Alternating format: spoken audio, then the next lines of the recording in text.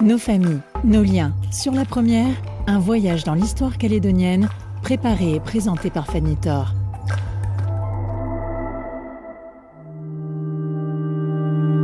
Bienvenue à Nouméa, sur les pentes de la vallée des Colons, lors d'une après-midi pluvieuse, autour d'un thé chaud et auprès de Madame Claude Dequin, épouse Buziot. Au détour de ses espiègles confidences, cette jeune dame d'à peine 90 ans explore les liens de sa famille avec les lignées Metzger, Bull, Léonie et Brun.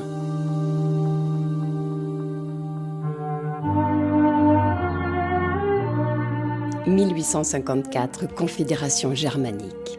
Anton Metzger, son épouse Helena Bull, leurs enfants Franz et Théodore et ses deux sœurs, mariées à des messieurs Gartner et Humann, fuient les remous politiques européens pour se lancer dans la recherche d'or en Australie. En 1859, déçus de leur expérience australienne, cette bande de jeunes gens accepte l'invitation que leur fait le colon anglais James Paddon pour devenir agriculteurs sur des terres qui leur sont confiées sur la commune calédonienne de Païta. Anton Metzger participe ensuite à la création de la première école laïque de Nouvelle-Calédonie. Il ouvre un hôtel et devient maire de Païta. Son fils Franz se lance à son tour dans l'élevage sur les terrains familiaux. Et lorsqu'il se rend à Nouméa, il arrive à Franz d'aller dormir à l'hôtel Albion de la rue de l'Alma. Il y rencontre Albina Léonie, une des filles des hôteliers, un couple originaire de Suisse italienne qui avait lui aussi infructueusement tenté sa chance en Australie avant de s'installer sur le Caillou. Même si elle n'avait que 4 ans à son décès, Claude Buziot garde de tendres souvenirs de Franz Metzger, son grand-père maternel. Il était toujours sur le bord de la véranda pour trier du café, pour aider mon oncle qui avait une caféterie dans la Chaîne. Alors on lui envoyait un sac de café qui était à défaire les pots. Alors comme ça, il aidait mon oncle. Et puis il mettait. Et quand ils n'avaient pas reçu le sac, ils remélangeaient les pots. Et ils continuaient. Mais tous les après-midi, je me rappelle de mon grand-père, parce que moi j'avais 3 ans, et j'étais sur la véranda à jouer. Mais il avait un œil sur moi quand même. À cette époque, les grands-parents de Claude Buziot, Franz Metzger et Albina Léonie, avaient quitté Païta pour s'installer dans le quartier nouméen de la vallée des Colons, sur les hauteurs de l'actuelle rue Bénébig, à l'emplacement où fut ensuite construite l'école Émilie Panet. Dans ce périmètre et de génération en génération, les Metzger ont construit ou rénové un ensemble de maisons proches les unes des autres, ce qui permettait à la petite Claude et à sa grande sœur Cécilia de rejoindre leur tante Léna et leur grand-mère Albina pour partager avec elle le déjeuner que préparait une des dames originaires de l'île de Java qui travaillait alors pour leur famille. Mais pour que nous venions de chez maman à l'heure du repas, la javanaise prenait le tout et on savait qu'il fallait qu'on vienne. Il y avait le petit chemin qui est entre chez ma fille et ici, c'était toujours le même petit chemin. Dans le milieu, il y avait un citronnier, alors on ramassait le citron pour manger à table et boire du jus de citron. Mais c'est des souvenirs qui vous restent. Andrée Metzger, la maman de Claude Buziot, avait elle aussi grandi ici. Ses études terminées, cette brillante jeune femme voulut entrer dans la vie active, contournant les stricts principes de ses parents, Franz Metzger et Albina Léonie, grâce à la complicité de Carlo, un de ses cousins. Les parents ne voulaient pas qu'elle travaille, n'est-ce pas? Ça ne se faisait pas. Les demoiselles ne devaient pas travailler. Elle aurait bien aimé travailler, comme toutes ses copines. Et alors, Carlo, qui a été élevé par ma grand-mère, est venu et lui a dit « Tu sais, j'ai un magasin. Et moi, il me manque une comptable. Alors, je voudrais bien que André vienne travailler comme caissière. » Et c'est comme ça que maman était travaillée chez l'oncle Léonie, en disant que c'était absolument nécessaire. Le magasin où travaillaient Carlo Léonie et André Metzger appartenait à la famille Hagen et avait pour client celui qui allait devenir l'homme de la vie d'André, Edmond Dequin. Un jeune homme envoyé par son entreprise du nord de la France pour prospecter le potentiel que pouvait offrir la culture du coton en Nouvelle-Calédonie.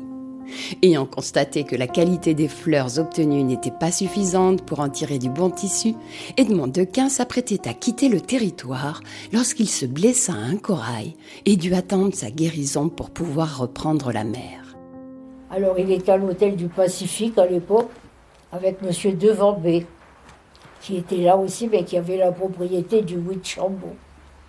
Alors là, il passait ses journées, il allait faire des courses, il allait au magasin Léonie, il voyait donc maman, et il allait retourner. Et M. Devambé lui dit, venez avec nous, on a une journée de pique-nique au Huitchambault, vous passez la journée avec nous. Oui, voilà, là ça a été le coup de foudre entre papa et maman. Mon père est reparti en France, donner sa démission, annoncer à la famille qu'il épousait une Calédonienne. Les copains ont demandé, est-ce qu'elle mange comme nous?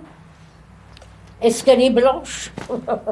Il a dit non, il lui faut un corps tous les jours pour manger. Enfin, il était très humoristique, papa, il a raconté plein d'histoires. Fraîchement mariés, André Metzger et Edmond Dequin partent vivre à Vaud, où un oncle Metzger détient une immense caféteria et un magasin qu'il confia au jeune couple. Mais un jour, Edmond se blesse à nouveau, cette fois-ci en jouant au football. Il doit partir se faire soigner dans le nord de la France dont il est originaire. Edmond et André Dequin vendent alors le peu de biens qu'ils détiennent en Nouvelle-Calédonie pour s'installer à Lille, où ils gèrent un petit commerce, sans savoir s'ils auront un jour les moyens de revenir dans le Pacifique. Et ils ont ouvert un magasin de produits coloniaux. Maman, elle tenait le magasin, et papa, il allait chercher les provisions qui arrivaient d'Afrique. Donc, ils ont tenu ce magasin des produits coloniaux. Ils vivaient tranquillement quand maman reçoit un télégramme que le frère de mon grand-père était mort, mais il n'avait pas d'enfant. Et c'était l'oncle Théodore. Il avait de l'affection pour maman. Il avait pas mal de terrain à Bourail. Il l'a fait légataire universel. Bon, ça tombait du ciel. Donc ils sont revenus en Calédonie. Et ça, c'était en 1934. Autre cadeau du ciel qui arrive sur Terre quelques mois plus tard, bébé Claude, 8 ans après la naissance de leur première fille, Cécilia. Edmond Dequin et André Metzger décident pour l'occasion de faire construire une maison par un entrepreneur qu'ils avaient rencontré à Lille et qu'Edmond avait encouragé à venir s'installer sur le Caillou, Jules Marie. Il lui a demandé est-ce qu'il y a du travail en Calédonie, parce qu'il avait déjà 5 enfants. Mon père lui a dit il n'y a que des maisons en bois. Alors, si vous arrivez et que vous faites des maisons en briques, je pense que ça aura. Et la première maison, alors M. Marie est venu, il a habité dans la maison de ma tante, rue Mérano. La première maison qu'il a construite, c'est celle de mes parents, à ma naissance. Elle a été faite en briques. Et les briques, elles étaient faites par la briqueterie de Rouvray. Et la maison en bas est faite en briques.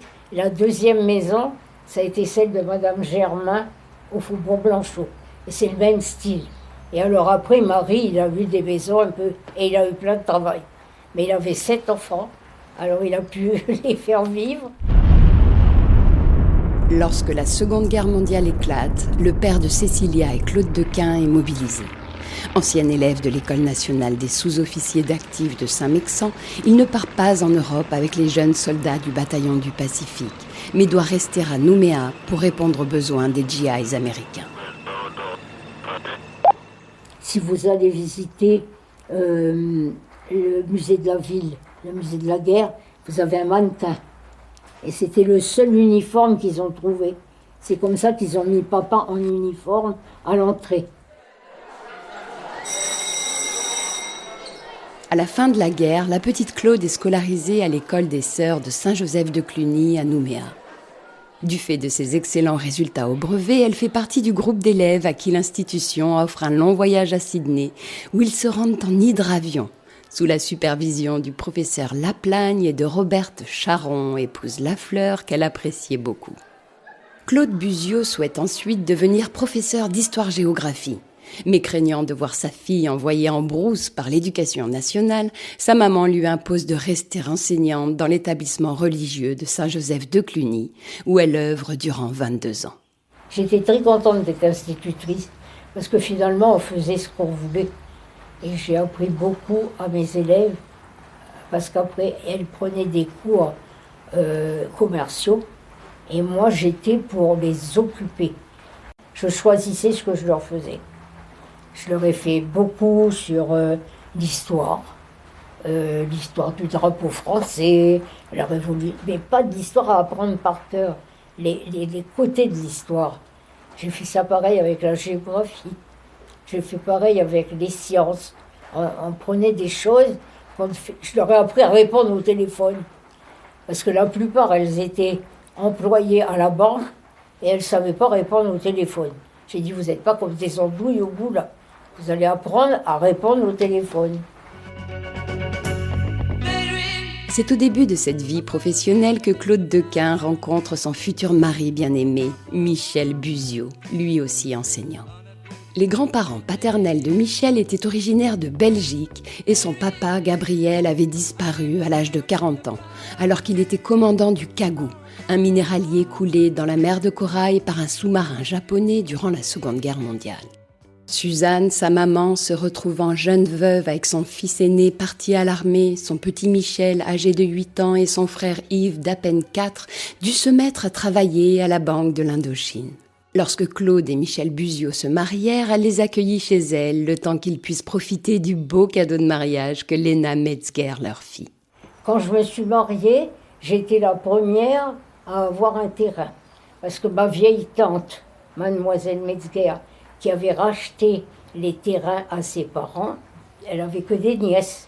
Et alors je me suis mariée la première. Elle est arrivée, oh oui, j'étais la voir une semaine avant, elle me dit, tu sais, je te donne pas un service de verre, tout ça, ça casse et tout. Demain, on a rendez-vous chez le notaire. Ah bon, ben, je vais chez le notaire. Pour mon mariage, elle me donne 21 terrains.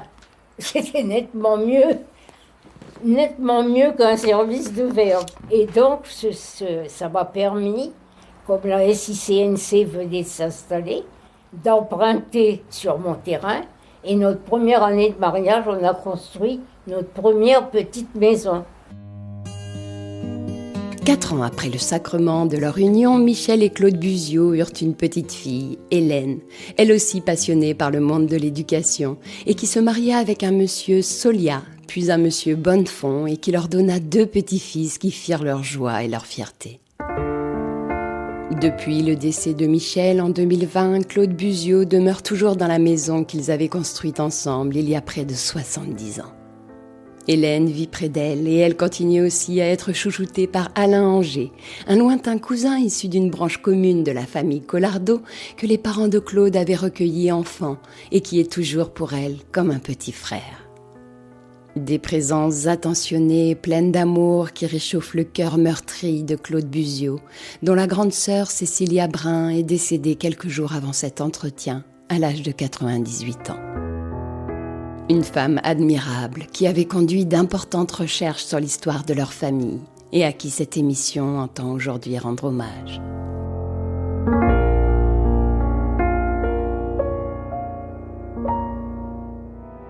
Nos familles, nos liens, à réécouter sur le site internet de Nouvelle-Calédonie la Première.